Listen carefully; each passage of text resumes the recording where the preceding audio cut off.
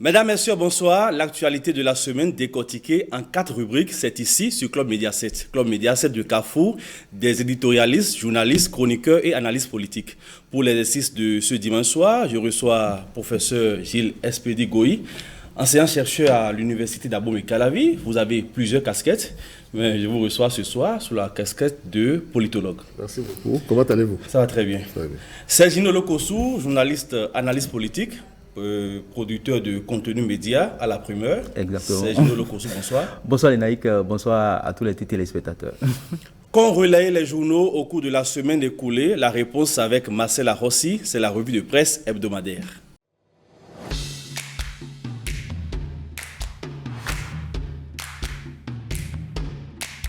Tout ce qui est interdit au Nigeria le sera également au Bénin. Patrice Talon a sorti cette phrase lors de ses échanges avec le nouveau président du Nigeria à Paris. Le chef de l'État béninois a manifesté la disponibilité de son pays à travailler avec le Nigeria pour la mise en œuvre de politiques susceptibles de protéger les économies des deux nations, rapporte le matinal. Le président Tinubu, de son côté, a décrit les relations du Nigeria avec le Bénin comme celles de jumeaux siamois, unis par les hanches et soutenus par d'autres pays amis. Nous devons reconnaître le fait que nous avons besoin les uns des autres. Nous sommes dans une boucle et personne ne doit nous séparer, aurait-il déclaré, assurant que son administration sera toujours ouverte et accessible à tous les pays voisins. C'est une cohésion régionale qui est en vue selon les pharaons. Les deux hommes s'entendent déjà bien, estiment Nord-Sud quotidien. Talon et Tinubu, c'est le même engagement selon le quotidien de service public. En affirmant que tout ce qui est interdit au Nigeria le sera aussi au Bénin, il a résumé le problème de fond qui oppose les deux pays, estime Gaskiani Info. Le président Talon peut-il tenir sa promesse? L'économie béninoise est grandement basée sur le secteur informel et celui-ci dépend entièrement du Nigeria. Si l'exportation des produits prohibés au Nigeria est une menace à l'économie de ce pays, c'est du pain béni pour les commerçants béninois et nigériens installés au Bénin, affirme le quotidien. Le prix à payer n'est donc pas petit, à moins que le président béninois trouve des solutions pour faire face à l'impact social de sa promesse, conclut Gaskiani Info. Pour fraternité, entre le Bénin et le Nigeria, c'est à nouveau la lune de miel. C'est ce que donnent à croire les images en provenance de Paris. La rencontre qui s'est déroulée dans une ambiance conviviale, l'espoir que les deux États vont prendre un nouvel envol. Une fois que les dirigeants au sommet se sont accordés sur l'essentiel, la déclinaison en actes est du ressort de leurs collaborateurs appelés à se mettre à l'œuvre,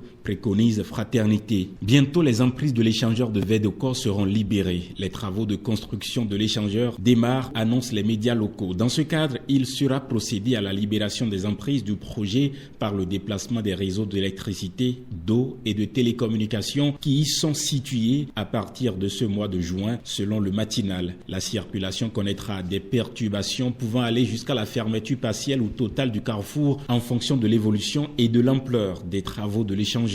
On le lit dans un communiqué en date du 23 juin 2023 signé par le ministre du Cadre de Vie et des Transports chargé du développement durable José Tonato. L'objectif et l'avantage, c'est ce qu'on peut lire sur le site de l'ORTB depuis plusieurs jours. Le trafic au niveau du carrefour Védoko à Cotonou va devenir fluide avec la construction prochaine d'un passage supérieur. Le matinal poursuit que c'est dans le but d'améliorer les conditions de mobilité dans la ville de Cotonou que le gouvernement a initié avec l'appui de l'agence japonaise de coopération internationale ce projet. L'Afrique accuse les pays riches de la délaisser au profit de l'Ukraine. La guerre en Ukraine expose le vrai visage de l'action des grandes puissances en direction du continent. Aider l'Ukraine, oui, mais pas au détriment de l'Afrique. Ainsi, certains dirigeants africains haussent le ton contre les pays riches, prompts à verser des milliards de dollars à Kiev, mais pas toujours au rendez-vous de leurs engagements envers l'Afrique. Selon le journal Le Monde, une source diplomatique au Bénin, interrogée par l'agence France Presse avant le dernier sommet à Paris sur la pauvreté et le financement climatique, fait le même constat, regrettant une Afrique délaissée. À la dernière réunion du Fonds monétaire international et de la Banque mondiale à Washington en avril,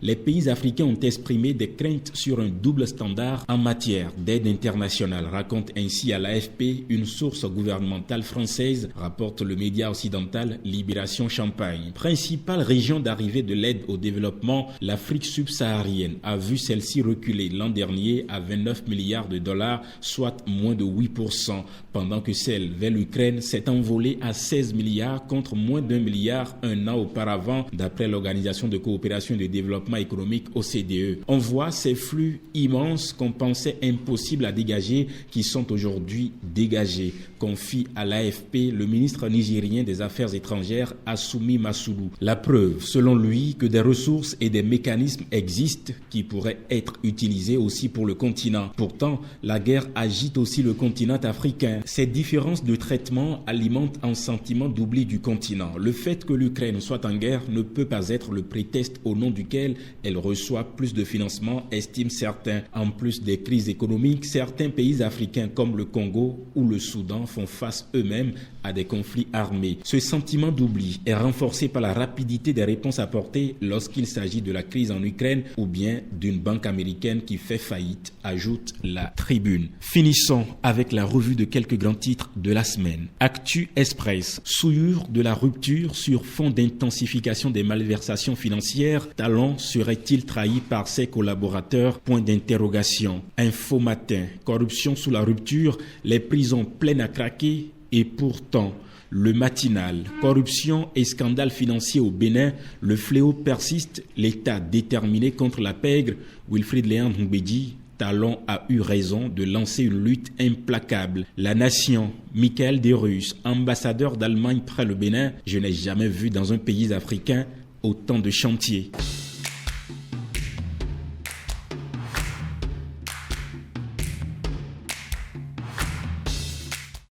C'était donc à l'instant Marcel Rossi qui nous plongeait dans l'univers des canards. À présent, le regard de nos invités sur les sujets majeurs de l'actualité, c'est dans la rubrique 7 jours au Bénin.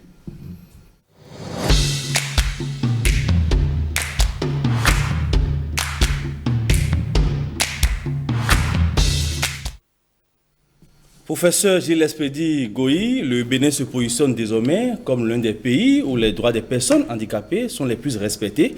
Plusieurs décisions ont été prises en Conseil des ministres pour faciliter et renforcer l'inclusion sociale des personnes vivant avec un handicap. Dans l'une de vos dernières chroniques, vous avez évoqué le paroxysme du hautement social.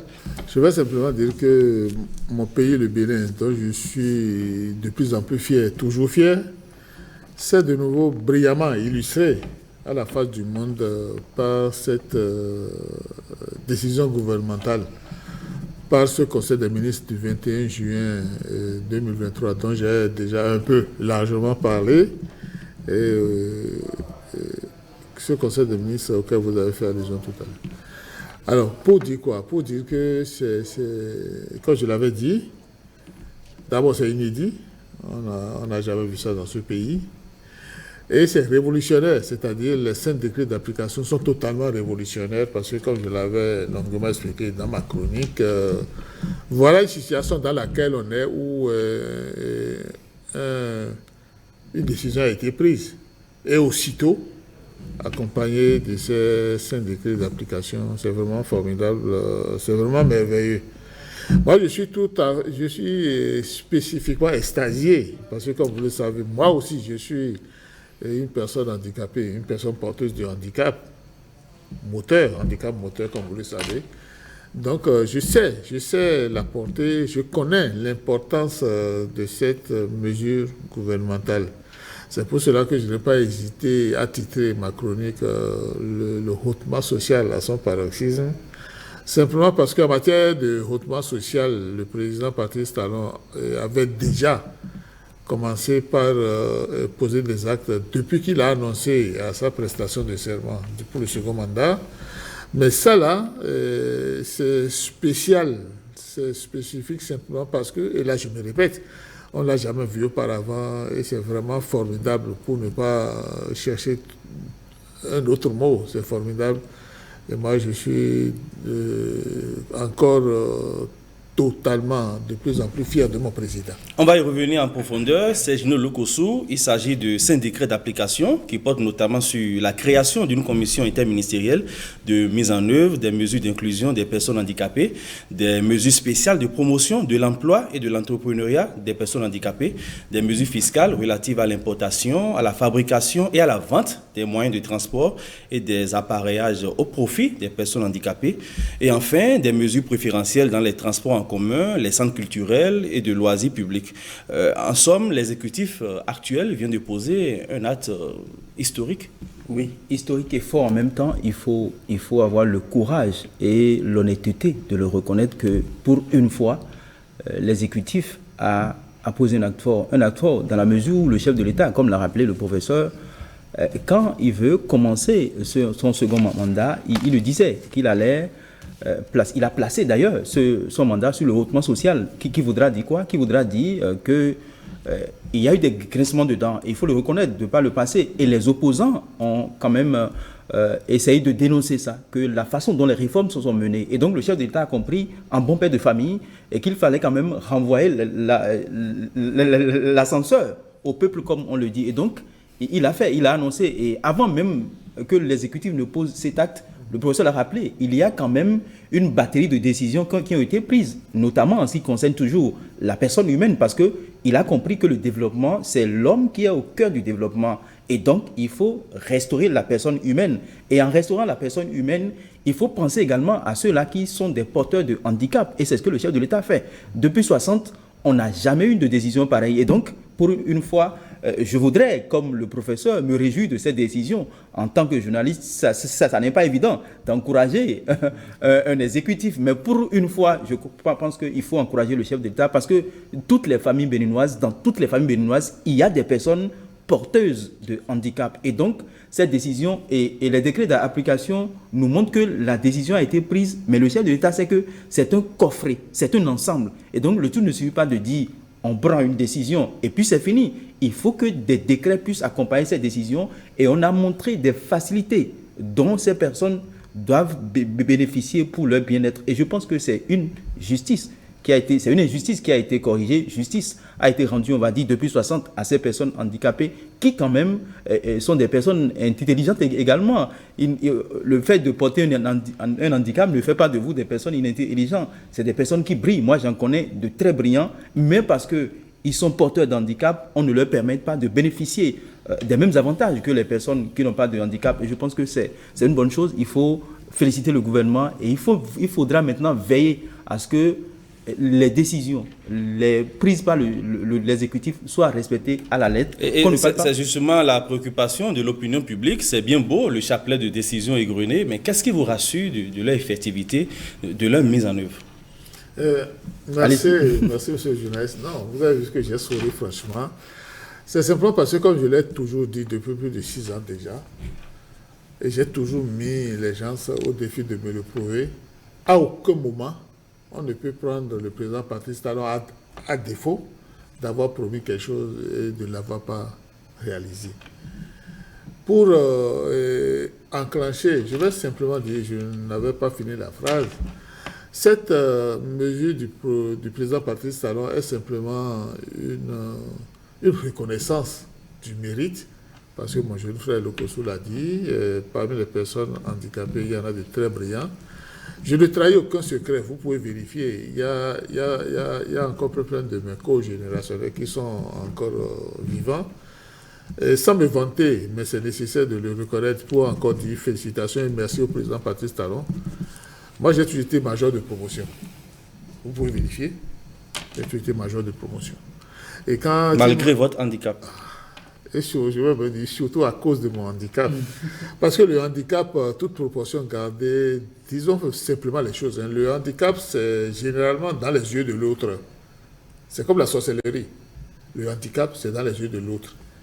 Et quand on commence par voir un handicapé comme un non-handicapé, il se sent valorisé, comme le président Patrice Talon l'a fait, il se déploie au maximum.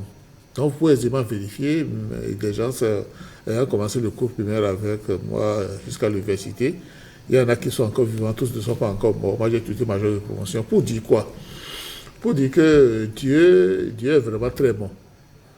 Quand il vous prive de quelque chose, il vous compense automatiquement de l'autre côté. Le handicap moteur intervient alors comme un élément déclencheur de la nécessité pour la personne handicapée de montrer, de valoriser tout son potentiel. Un potentiel, c'est latent. Donc la personne handicapée est née pour se développer d'abord et développer ensuite, parce qu'il n'est pas évident, je l'avais dit à notre dernière émission, les enfants sont souvent, de bonne foi, très méchants entre eux. très méchants entre eux. Et c'est en souvenir de ça qu'il y a 3 ans, j'ai fait une chronique, 3 ou 4 ans, j'ai fait une chronique en disant qu'il faut du courage pour être handicapé au Bénin. En souvenir de ce que j'ai vécu au cours primaire et au cours secondaire et dans la vie sociale, le président Patrice Talon a un peu parlé des situations de douleur et de détresse vécues par les personnes handicapées quand il les a rencontrées à son domicile. Encore merci à lui. Parce que c'est comme si le président Patrice Talon a vécu en direct ces situations douloureuses. Bref, l'un dans l'autre, et il a pris la décision, et il a commencé par le faire très royalement, de corriger ces situations pour permettre à ces personnes entières de participer entièrement au développement du Bénin, qui a besoin de tout le monde. Car pour dire ces choses simplement, dans cette œuvre de construction nationale du Bénin, nul ne sera de trop. Nul ne sera de trop. Et c'est ce que le président Patrice Talon est en train de montrer par son hautement social à son paroxysme. Parce que le mot n'est pas trop fort, son paroxysme. Quand il avait placé son mandat, mon frère Okosso l'a dit, sur le hautement social, je me souviens très bien, et le président Maforika, il m'est témoin, j'ai dit que le hautement social, contrairement à ce que l'on peut croire, parce qu'on a été un peu habitué à ça, ce n'est pas et ce ne sera pas pour distribuer de l'argent. C'est-à-dire un peu comme si je vous donne 5 milliards, tout ça. Non, c'est pas ça. Ce sera des mesures fortes qui impactent directement les populations. Des mesures fortes pour montrer et révéler la personne humaine, c'est-à-dire c'est de la dignité humaine totalement valorisée dont il s'agit. Et les réalisations depuis son avènement au pouvoir montrent ça déjà. Bref, pour dire que ce décret d'application couvre entièrement, et Madame la ministre des Affaires sociales l'a expliqué, ça couvre entièrement toutes les dimensions de la vie sociale, toutes les dimensions nécessaires à la révélation du potentiel important qui gît comme un gisement chez ces personnes porteuses de handicap. Donc voilà, très renforcé ce que j'ai eu à dire. Voilà. C'est Juno Lokosso, on a semblé oublier les modalités d'appui à la promotion de l'éducation et de la formation des personnes handicapées. Le chef de l'État fait donc œuvre de réhabilitation, de restauration de la dignité de ces personnes-là. Évidemment, je l'ai dit à l'entame que le chef d'État a compris que, comme l'a rappelé le professeur, la nation a besoin de toutes ses filles et de tous ses fils pour sa construction. Et les personnes handicapées, pas parce qu'elles sont porteuses d'handicap, qu'elles ne sont pas intelligentes, qu'elles ne peuvent pas contribuer au développement de la nation. C'est faux. Le professeur l'a rappelé, c'est au mérite.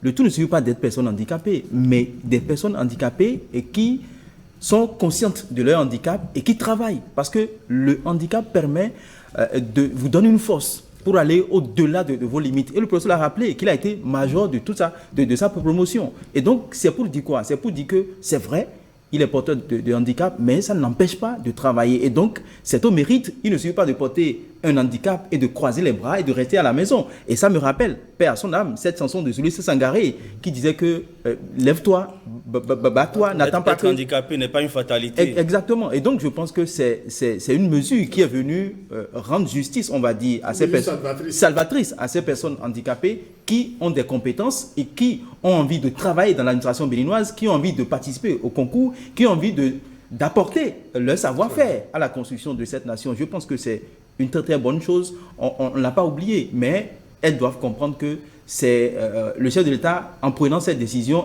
leur a renvoyé l'ascenseur, comme on le dit, mais c'est à elles, ces personnes porteuses de handicap, de prendre au bon cet ascenseur que le chef de l'État leur a renvoyé pour montrer au chef de l'État qu'elle mérite, ces personnes méritent cette décision. Et je pense que ça ne serait que justice. Et elles doivent travailler pour véritablement mériter, pour donner confiance au chef de l'État qui, en prenant peut-être cette décision, a voulu corriger un certain nombre de choses, peut-être au pays et en dehors du pays. Vous allez voir, je suppose, dans les mois, les années à venir, l'exemple du Bénin va faire école dans d'autres pays. Et ça, j'en suis certain, parce que c'est une mesure sociale. Il faut vraiment encourager le chef de l'État à prendre d'autres mesures. Il a commencé depuis son arrivée pour le deuxième mandat, en prenant des mesures pour donner de l'eau à toutes les populations, de l'électricité. Et vous allez voir le Bénin en chantier. Ce n'est que justice. Et je pense que on doit encourager le chef de l'État à encore faire davantage, parce qu'il reste à faire. Le regard de la société va désormais changer.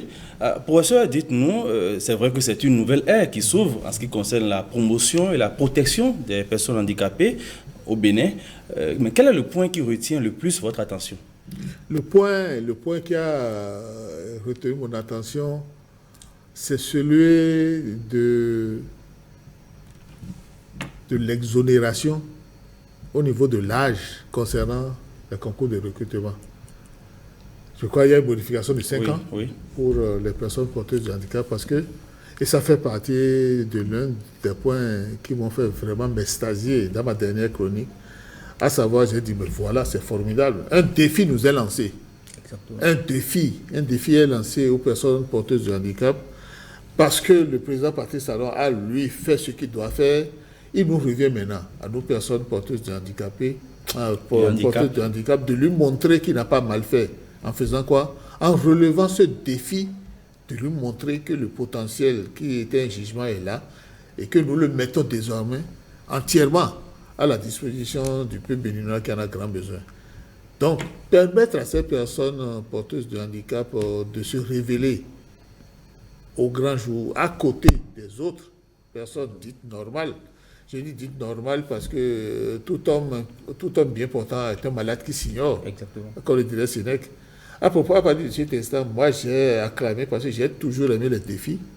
Toujours aimé les défis. Je dis, les personnes handicapées maintenant sont désormais placées devant leurs responsabilités. Le misérabilisme ne m'a jamais intéressé. C'est pour ça que je n'ai pas beaucoup de sympathie pour des personnes handicapées physiques solides, mais que vous retrouvez dans certains cas comme mendiants. Avec une certaine brutalité, avec une certaine nervosité, j'appelle certains, je leur dis, toi tu es là maintenant. Tu crois que tu peux faire ce travail-là? Tu ne peux rien faire d'autre pour manger et quémander. Ceux à qui tu quémandes, quand ils te voient en bonne santé, s'ils veulent te rendre service, ils vont commencer d'abord par te demander si tu es malade. Tu n'es pas malade. Ce handicap-là ne t'empêche pas de faire quelque chose de productif. Et certains baissent la tête et s'en vont. Donc c'est pourquoi j'ai acclamé cette décision du président Patrice Talon de mettre les personnes handicapées, les personnes porteuses de handicap devant leur responsabilité historique, à savoir, vous devez vous prendre en charge. Toutes les conditions objectives vous sont désormais réunies pour que vous ne condamnez plus personne de ne pas vous avoir aidé à émerger davantage dans la société. Parce que c'est de cela dont il s'agit. L'émergence sociale dans une dynamique de justice sociale totale. Parce que c'est de cela dont il s'agit. Si moi, personne handicapée, je suis mis dans les mêmes conditions que toi, comme c'était le cas au cours primaire, au cours secondaire et à l'université, on peut vérifier, à l'université, mis dans les mêmes conditions, je te jure, je vais toujours te battre parce que j'ai toujours été même, on peut vérifier, majeur jusqu'à l'université, puisque les bulletins sont encore là. À partir de cet instant, c'est une justice sociale totalement rétablie et qui pose un challenge, qui met un défi, qui fait un défi aux personnes porteuses de handicap de se révéler pour mériter cette confiance du chef de l'État. Et moi, je suis totalement content par rapport à ça. C'est d'ailleurs ce que prône le chef de l'État, accompagner les personnes vivant avec un handicap, faciliter leur insertion professionnelle, leur inclusion sociale, mais à condition que ces personnes-là aussi fassent preuve d'un certain déterminisme. Oui, exactement. Je l'ai dit, il faut que ces personnes puissent également montrer qu'elles sont déterminées à travailler, qu'elles sont déterminées à relever le défi, comme l'a rappelé le professeur, parce que c'est un défi et elles doivent prouver à la nation et au chef de l'État et par ricochet à la nation béninoise, qu'elles sont également capables dignes de confiance, capables de travailler pour le développement de cette nation. Parce que ça n'est pas rien quand les chefs d'État ou les autorités disent que la nation a besoin de toutes ses filles et de toutes ses filles pour sa construction. Ça veut dire quoi? Ça veut dire que chacun, au plan individuel, là où il se trouve, dans son secteur d'activité, doit contribuer au développement de cette nation. Et c'est très important. Justice rétablie, injustice corrigée, mais il faut quand même que ces personnes porteuses d'un handicap puissent véritablement prendre conscience de ce que, ah oui, on m'a favorisé à travers des décisions, ce qui n'a pas été le cas il y a 10 ans, il y a 20 ans, il y a 30 ans. Maintenant que c'est le cas, il faut que moi-même, je puisse travailler pour mériter cette confiance, pour prouver à ces personnes, comme l'a rappelé le professeur, dites normales, que nous pouvons travailler, nous pouvons également, nous méritons ce que vous faites, nous méritons d'être à votre place et on peut faire mieux que vous. C'est très important à mon avis. Puisqu'on parle de la mobilité des personnes handicapées, rendue désormais plus facile au Bénin, nous allons nous intéresser à présent au projet de construction de l'échangeur du verre de corps. Les choses se précisent. Et la semaine écoulée, le ministre en charge du cadre de vie et des transports a rendu public un communiqué pour informer les usagers, les riverains, que le carrefour verre de corps, cette intersection sera probablement bloquée en raison des travaux. Donc je pense que c'est une bonne chose. Ça participe de la construction de cette nation. Comme on le disait tout à l'heure, ce carrefour est un carrefour stratégique. Et vous allez voir, les matins, comme les soirs, les matins, à l'heure du travail, les soirs, à la sortie, c'est un bouchon. Et c'est difficilement que vous arrivez à traverser ce carrefour. Surtout quand vous sortez à une heure de pointe, c'est difficile. Et donc je pense que c'est une bonne chose. Si aujourd'hui, les exécutifs décident de mettre à exécution ce projet dont on nous avait annoncé il y a un moment, c'est une bonne chose. Maintenant, c'est à eux, à ces personnes ou à ce département, au département ministériel chargé de faire ce travail-là, de trouver des voies de détour pour que ce que nous créons au niveau du carrefour verre de corps ne se retrouve pas sur d'autres carrefours. Et donc, il faut tracer des voies de détour, des voies de contournement pour permettre à la population, pour faciliter la circulation des personnes et des biens. Parce qu'il faut le rappeler, les voies, le trafic routier, le réseau routier est très important pour un pays en voie de développement comme le nôtre. Et les autorités ont compris qu'il faut tracer des voies, qu'il faut réfectionner des voies, des carrefours. Parce qu'il y a 10 ans, la population qui est à Cotonou aujourd'hui, on n'a pas cette population il y a 10 ans. Donc, la démographie évolue et donc il faut des infrastructures qui accompagnent cette évolution de la démographie. Et je pense que en dehors du carrefour verre de corps, il faut quand même qu'il y ait d'autres carrefours stratégiques qu'on peut rénover, qu'on peut agrandir pour faciliter la circulation des personnes et des biens. Je pense que c'est important. Ça aura un impact sur l'économie du pays parce que ça ne sert à rien le matin où l'agent qui est censé être au boulot à 7h ou à 8h vient au boulot à 10h ou à 11h, parfois à midi. Et donc, ça n'est pas bien. Ça ne facilite pas le développement tant souhaité par le chef de l'État, tant souhaité par chacun au niveau individuel, parce qu'on a besoin, comme le professeur l'a rappelé à l'entame, qu'il est davantage fier de cette nation. Et pour que le professeur soit davantage fier de cette nation, il faut quand même que la nation qu'il y ait des infrastructures routières quand même, à même de faciliter la circulation des personnes et des biens. Et je pense que c'est une bonne chose. Des voies de déviation sont prévues parce que les travaux vont entraîner des perturbations qui peuvent conduire à la fermeture partielle ou totale de ce carrefour. Tout à l'heure, je l'ai utilisé, mon jeune frère Lucas l'a utilisé. Il y a un mot fort qui a été utilisé, justice sociale. Ce n'est pas en l'air, ce n'est pas anodin. Et moi, je suis, comme je l'ai dit, je continue d'être totalement fier de la rupture, simplement parce que la façon de travailler, elle est méthodique.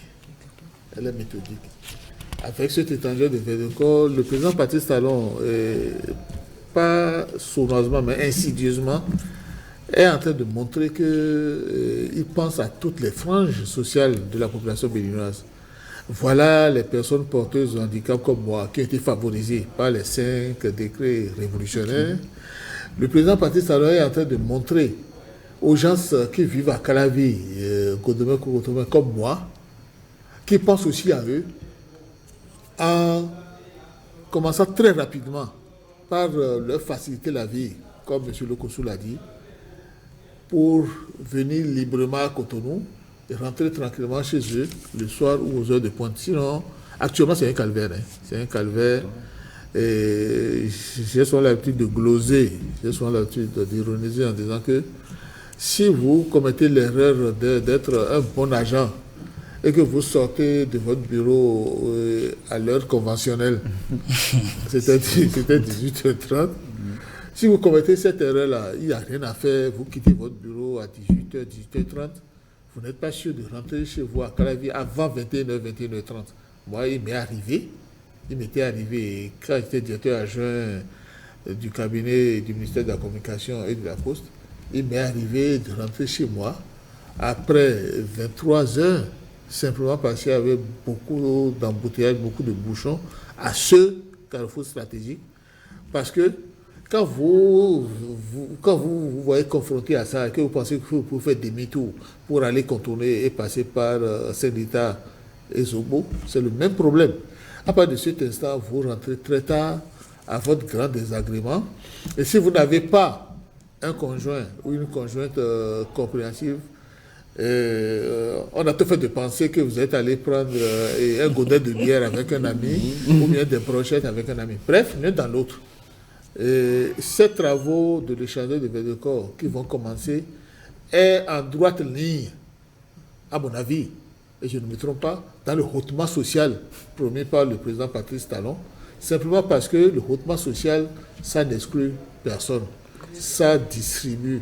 C'est une mesure de distribution sociale dans une justice sociale totale.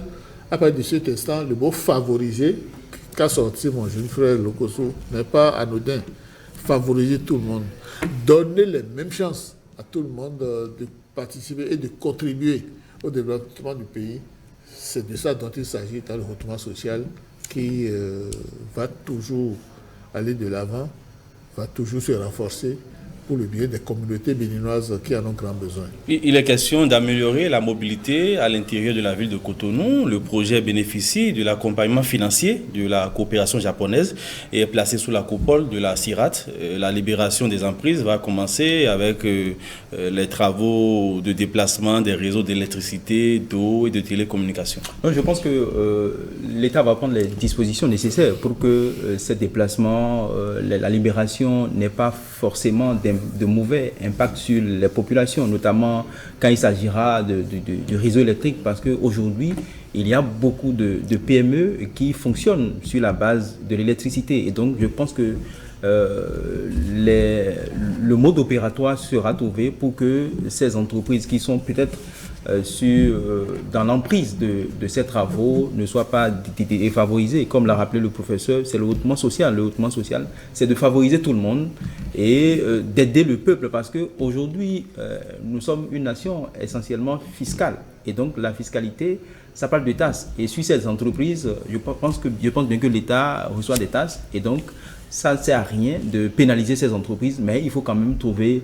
le mode opératoire pour essayer de trouver un palliatif à ces entreprises qui ne vont pas trop sentir le coût de ces constructions de voies. C'est important, très important, parce que ça ne sert à rien que vous fermez portes et baraques pendant 3 mois, 6 mois, voire 1 an, où ces travaux vont, la durée de ces travaux. Je pense que c'est une bonne chose, mais il faut véritablement trouver le moyen qu'il faut. Et je pense que pour les travaux qu'on a déjà vus, qui ont été effectués devant nous, la stratégie a été trouvée pour que ça ne soit pas pénalisé. Moi, dans mon quartier, il y a des rues qui sont en construction, mais à chaque fois, c'est vrai que par moment, il y a des coupures d'électricité et d'eau, mais on a tout fait de ramener ça pour que les populations ne sentent pas trop ces coupures sur leur quotidien, sur leur activité. C'est très important aujourd'hui, parce qu'aujourd'hui, le gouvernement voudrait que les entreprises privées évoluent plus que les entreprises, des entreprises d'État ont fait une prime aux entreprises privées. Et donc, je pense que les moyens seront trouvés pour quand même aider ces entreprises à ne pas trop sentir la construction de ces travaux, la libération de ces espaces. Et c'est une bonne chose, à mon avis. Maintenant, l'autre chose qu'il ne faut également pas négliger, c'est vrai, c'est la construction de la voie. Ce n'est pas seulement le carrefour Verre de Corps. Il y a d'autres carrefours. Quand vous prenez les experts, je pense que le professeur Gogoï qui est avec moi, il est démographe en plus, si je ne me trompe. Il sait que non seulement il faut réflexionner, il faut revoir le carrefour de Verdecor, mais il faut revoir sur ce même tronçon de Cotonou-Calavi beaucoup d'autres carrefours pour permettre la circulation. Parce que le bouchon ne reste pas seulement à Verdecor. Déjà à Godomin, vous avez des bouchons.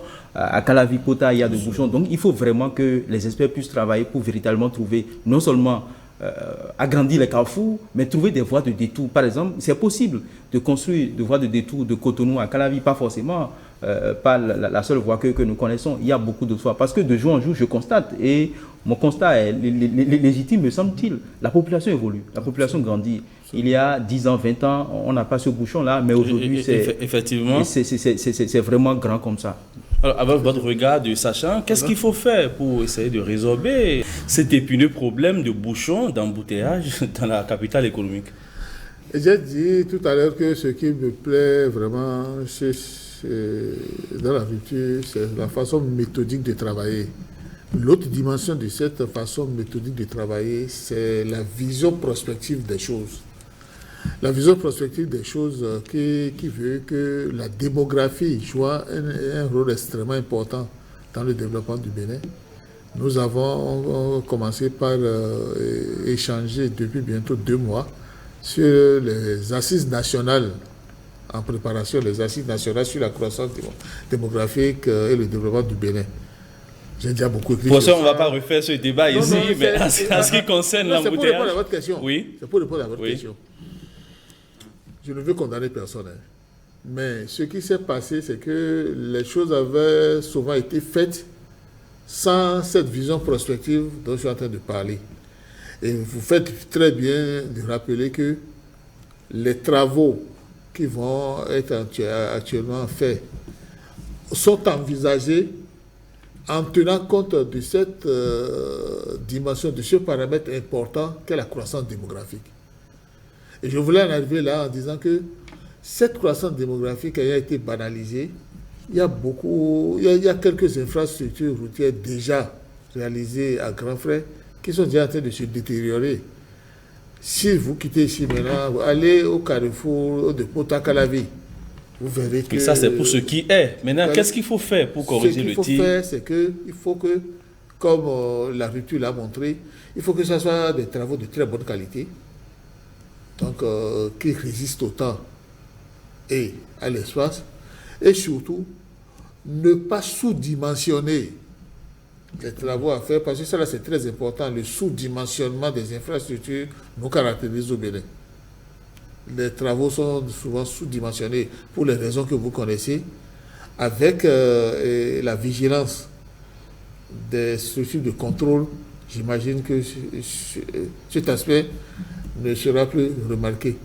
Donc, pour du coup, des travaux de bonne qualité, réalisés dans une vision prospective, à savoir que si la situation elle est actuelle, elle est là aujourd'hui, qu'en sera-t-elle dans 5 ans, dans 10 ans, et se projeter dans l'avenir, c'est sûr qu'on va faire de très bonnes réalisations par rapport à votre préoccupation.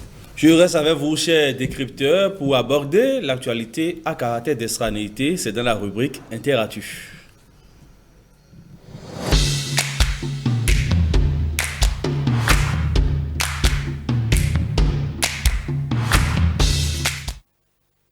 Sergino Lokossou, juste à côté de nous, le Niger, après 63 ans d'indépendance, a décidé de changer son hymne national. Le pays se débarrasse ainsi de la nigérienne écrite en 1961 par le français Maurice Albert Thirier. Le nouvel hymne national est intitulé « L'honneur de la patrie ». À votre avis, un acte de souveraineté renforcé? Oui. On ne va pas quand même se tromper en répondant par l'affirmatif que c'est un acte de souveraineté, parce que quand vous prenez les raisons qui ont fondé le changement de cet hymne, c'est exactement ça, souveraineté, parce que les Nigérians ont estimé qu'à un moment donné, et que cet hymne national écrit par un Français ne répondait plus aux valeurs actuelles du Niger, et donc il va falloir que ça soit changé. Moi, je vais aborder la question sur 2 pans, sur le plan de la forme et du fond. La forme, c'est vrai que l'honneur sur la patrie est plus réduit que la nigérienne qui paraît un peu plus long, Et l'autre chose qu'il faut dire, c'est vrai que la pertinence d'un hymne ne réside pas sur le nombre de mots, non. La pertinence d'un hymne, c'est que ça soit fédérateur, que ça rassemble et que ça constitue une force pour cette nation-là. C'est l'esprit voulu, justement. Oui, exactement, c'est l'esprit de cet hymne-là. Et je pense que c'est une bonne chose si aujourd'hui les Nigériens ou le peuple du Niger a décidé de changer son hymne national, c'est une bonne chose. Mais l'autre chose qu'il faut pas perdre de vue, c'est vrai que si c'est pour des relents à caractère, corriger des relents à caractère colonialiste, ou ça répond parfaitement à la chose. Mais ce qu'il ne faut pas oublier, c'est que est-ce que cet hymne-là est véritablement fédérateur? Parce que l'honneur de la patrie, on parle de l'honneur, mais pour le test que moi j'ai vu, à aucun moment on a parlé d'honneur dans ce test. Ça peut être suggestif. Bon, évidemment, ça peut être codé dans des images. Je ne refuse pas. Il y a des synonymes du mot honneur, je ne refuse pas. Mais ce que je dis, c'est que ça soit véritablement fédérateur et que ça galvanise comme le nôtre par exemple, que ça soit un hymne qui répond aux réalités actuelles du Niger, c'est ce qu'on va souhaiter, c'est une bonne chose. Mais je dis, ça ne veut pas pour autant dire que le Niger se détache entièrement du colonisateur. Je ne pense pas, et aucune nation africaine, qu'elle soit forte ou pas, ne peut jamais se détacher entièrement du colonisateur. Pourquoi je le dis? Je le dis parce que... Le Mali semble faire exception. Non, je le dis... On va pas faire le débat. On va pas faire, je le dis parce que pendant que nous avons besoin de mille et une choses, nous savons faire qu'un tout petit peu. D'où l'obligation pour nous d'entrer en relation avec les autres. Et quand vous dites le Mali, je ne cache... Ça, on va pas faire le débat. Je vais vous faire seulement une image. Aujourd'hui, il y a, comme sur le continent, dans beaucoup de pays, on a envie de se détacher du colonisateur. Mais dans la même veine, ces jeunes qu'on nous montre à l'écran et qui sont des anticolonialistes et qui soutiennent parfois ces régimes-là, ils sont des milliers à demander des visas pour aller en France. Ils sont des milliers à demander par le biais de Campus France pour aller en France étudier. Et donc, c'est pour vous dire que on a beau être africain, on a beau montrer notre indépendance, qu'on veut se détacher, mais on a besoin du colonisateur. C'est important. Il faut avoir la maturité. Que les députés nigériens ont voté le test à l'unanimité, 149 voix pour, 0 contre, 0 abstention. Et comme l'évoquait Sergino Lokossou, dans un contexte marqué par la lutte contre le djihadisme, c'est un test qui sonne comme un cri de guerre, capable de toucher la fibre patriotique et de galvaniser la population. Oui. Merci beaucoup. Non, je vais commencer par renforcer un peu ce que mon jeune confrère Lokossou l'a dit. Les demandes de visa pour aller étudier, pour aller en stage, vont continuer encore pendant un certain temps parce que, qu'on le veuille ou non, les pays africains continuent d'être maintenus, d'être englués dans un système mondial. Quand j'en avais discuté dernièrement, c'était avant-hier, avec mon collègue démographe d'Amici. 30 secondes pour fermer la parenthèse. 30 secondes, oui. Oui. Et les choses changent et vont davantage changer. Je voudrais simplement intervenir en disant que ce hymne national nigérien, Nigérien du Niger, ne servira vraiment à quelque chose que si les couches analphabètes peuvent se l'approprier. Oui. Parce que dans tous les pays africains, la couche alphabétisée est pas insuffisante, est minime par rapport à la couche non alphabétisée. Ce serait vraiment œuvre utile que les Nigériens puissent traduire ce hymne national dans leur langue nationale, comme le Bénin l'a fait. Ça va montrer que l'hymne national a toujours été un élément galvanisateur, un élément de motivation et de prise de décision pour le développement du pays. Voilà. Alors, pour certaines analyses, il s'agit d'effacer l'atteinte coloniale de l'ancien test. Qu'est-ce qui va changer avec le nouveau? Ce qui est sûr, on ne va jamais effacer comme avec un coup de chiffon la poigne colonialiste, je ne veux pas dire colonialiste. Les relents, comme je l'ai dit, vont rester là pendant un certain temps parce que ce sont ces relents colonialistes qui font que, comme M. Lokossou l'a dit, on continue de demander des visas. On ne peut rien, c'est comme ça, simplement parce que les pays africains n'ont pas encore le système approprié pour s'affranchir de cette dépendance. Prenez le cas de la francophonie, qui est par exemple un contrat de servitude permanent. Contrat de servitude permanent, aussi longtemps que nous continuerons de vouloir parler de façon impeccable la langue de l'autre, le français, comme nous sommes en train de le faire, nous sommes toujours dépendants. Et c'est pour ça que je dis que c'est progressivement que les mesures et mécanismes appropriés vont être trouvés pour réduire, sinon totalement éliminer la dépendance qui font qu'on continue de demander à notre corps défendant des visas pour sortir. Certains internautes ont établi la similitude avec le changement de nom de l'équipe nationale du Bénin, les écureuils qui sont désormais les guépards. Est-ce un changement de nom ou un changement de test, le problème? Non, les deux, je crois, le changement de nom et de test. Et je pense aujourd'hui que c'est vrai que si c'est pour sortir du colonialisme, le jeu a été joué, c'est fait. Mais ce que moi je dis aujourd'hui, est-ce que le Niger, à l'étape actuelle, a besoin d'un changement de son hymne? Parce que quand vous regardez les défis multiples et multiformes qui assaillent ce pays au quotidien, on se demande si véritablement l'hymne viendra corriger quoi? C'est ce qu'on demande. Parce que moi aujourd'hui, vous savez, il y a quand même qu'il faut prendre du recul pour analyser les choses. C'est un attribut de souveraineté. Non, je n'en disconviens pas. L'attribut de souveraineté, certes, mais il faut que les Nigériens s'engagent pour véritablement aller contre. Par exemple, vous l'avez rappelé, le terrorisme, vous l'avez rappelé, c'est l'un des États les plus pauvres du continent. Qu'est-ce qu'on fait au-delà du changement de cet hymne-là? Qu'est-ce qu'on fait pour quand même corriger cet état des choses, la pauvreté? Et l'autre chose que moi j'ai remarqué, dans cet hymne, le texte que moi j'ai vu, je ne sais pas si c'est le texte original que j'ai vu, il n'y a pas de référence à Dieu. C'est vrai que la Constitution, l'article 3 de la Constitution du Niger sépare la religion de l'État, mais quand même avec les défis multiples qui assaillent le Niger au quotidien, il faut quand même faire référence à Dieu. Et on n'a pas fait référence à Dieu dans cet hymne-là. Moi, j'aurais souhaité que le pardon, l'intégrité, la dignité prônée, on ne peut puiser tout ça là que dans la foi. C'est vrai que le Niger est un État laïque, mais quand même faire référence à Dieu et aux mannes des ancêtres, on ne refuse pas. Le Bénin en a donné l'exemple dans sa constitution. Et je pense que c'est pour ce qui est de la prestation de serment. Non, je ne refuse pas. Je ne refuse pas, mais ce que moi je dis... Tout le monde n'est pas croyant.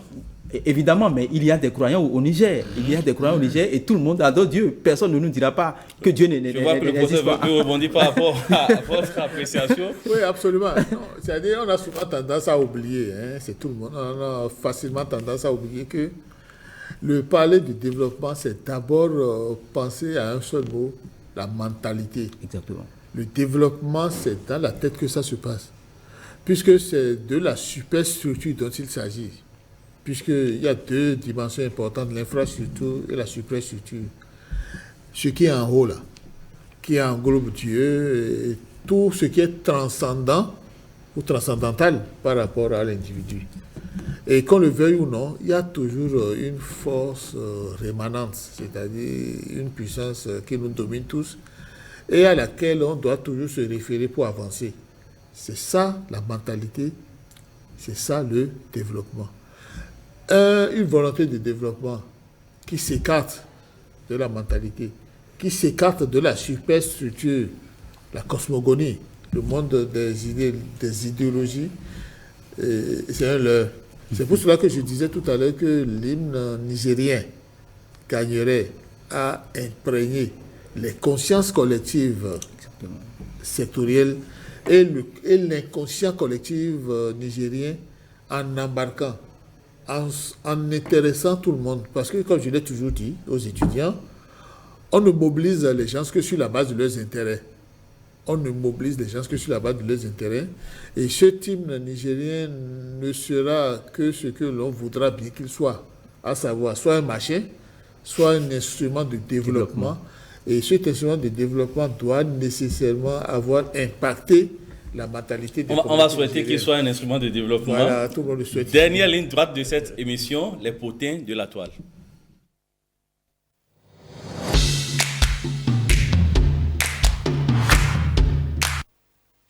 La criette a statué sur un dossier de viol sur mineur. Un homme de 60 ans, condamné à 10 ans de prison ferme pour avoir violé sa cousine de 9 ans, une fille dont il est le tuteur depuis l'âge de 3 ans. Elle aurait même été soumise à une interruption volontaire de grossesse.